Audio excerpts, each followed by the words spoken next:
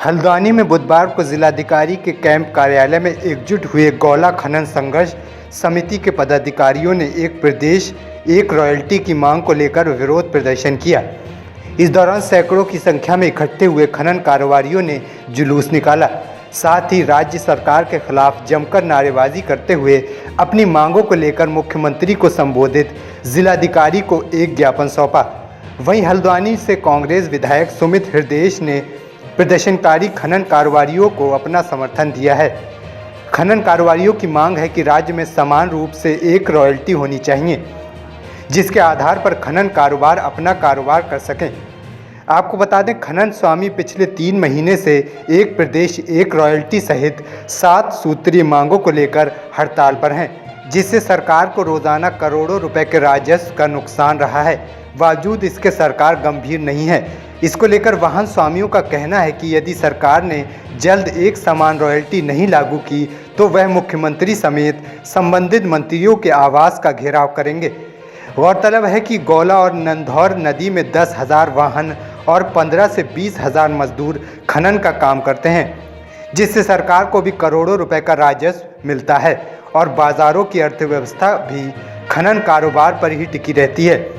लेकिन पिछले 3 महीने से बड़ी संख्या में लोग बेरोजगार हैं। देखिए, सरकार की जो गलत खनन नीति है, एक राज्य में कई टाइप की रॉयल्टियाँ हैं, कहीं 7 रुपये की रॉयल्टी है, कहीं 19 रुपये की रॉयल्टी है। और गौला और नंदौर जो नंबर 1 का काम करती है, वहाँ जो है 30 रुपये, 31 रुपये 50 पैसे की रॉयल्टी है। इन रॉयल्टियों की विषमता को देखकर हमने जो है इस बार गाड़ियाँ नहीं निकाली हैं और उसके साथ साथ परिवहन विभाग के इतने सारे नियम हम पर थोप दिए हैं। जहाँ पर 1400 रुपये की फिटनेस होती थी, आज वहाँ 18,000 की फिटनेस हो रही है। जीपीएस जो है ज़बरदस्ती मुद्दा हम पर ठोका जा रहा है। ये तमाम जो समस्याएं हैं उनको हम वाहन मालिक बर्दाश्त नहीं कर पा रहे हैं। हमारे जो है बजट से वो बाहर है, इसलिए हम जो है इस धरने में बैठे हैं। कब तक हड़ताल जारी रहेगी? देखिए, हड़ताल ये किसान आंदोलन है, मैंने पहले ही कह दिया। जैसे किसान आंदोलन में किसानों ने अपना बैठ के माननीय प्रधानमंत्री जी को मानना पड़ा उनकी बातों को, इसी तरह हमारे जो सीएम हैं उनको हमारी बातों को मानना पड़ेगा। जब तक वो हमारी बात नहीं मानेंगे तब तक हम अपने धरने में डटे रहेंगे।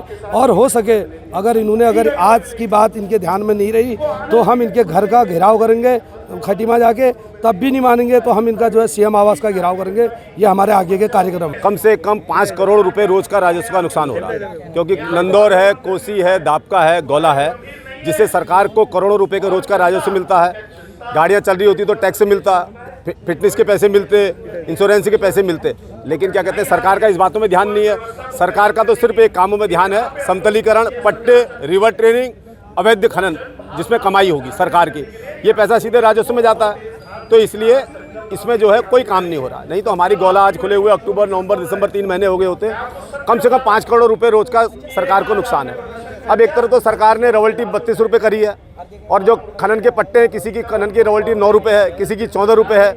आदमी बेसमेंट खोद रहा है, उसकी रॉयल्टी तुम्हारी 8 रुपये है, और वो बेसमेंट और उसका माल भी सारा क्रेशरों में ही जाता है। जब क्रेशरों को माल सस्ता मिल जा रहा है, मेरे ख्याल से ये गाड़ी का भाड़ा लगा के 30 रुपये कुंटल पड़ता है। गौला नदी का माल पड़ता है क्रेशर वालों को 70 रुपये, 65 रुपये, तो माल काहे को लेंगे? इसलिए सरकार के बहुत ही राजस्व का बहुत नुकसान हो रहा है। तो हमारी यही मांग है कि सरकार के कि जल्दी जल्दी अपना मांगों को पूरी। से ये सुनियोजित था, इन लोगों ने इसमें एक नोटिस दिया था इस बात का कि ये लोग रैली निकालेंगे। जो खनन संघर्ष समिति है, इनकी जो अपनी मांगे हैं ये पूर्व में भी इनको बता चुके हैं, लेकिन चूंकि नीतिगत प्रकरण है और आज ये इनको ज्ञापन जिलाधिकारी महोदय को संबोधित इनका ज्ञापन था, जिसके लिए मुझे नामित किया गया था, तो मैंने इनका ज्ञापन लिया है, जो आगे इसमें अग्रिम कार्रवाई के लिए प्रेषित किया जा रहा है। इन लोगों की मांग रॉयल्टी को लेकर है विशेष रूप से, और चूंकि नीतिगत प्रकरण है तो इसको आगे प्रेषित कर दिया गया है। जिस प्रकार से देखिए, समतलीकरण की जो फाइल्स हैं वहाँ पे रॉयल्टी 7 रुपये ले रही है सरकार, पट्टों पे 19 ले रही है। गौला जो सबसे बड़ा अधिकृत राजस्व देती है पूरे प्रदेश में, वहाँ पे 31 रुपये 50 पैसे। तो एक प्रदेश एक रॉयल्टी का जो नारा है वो सही तो है।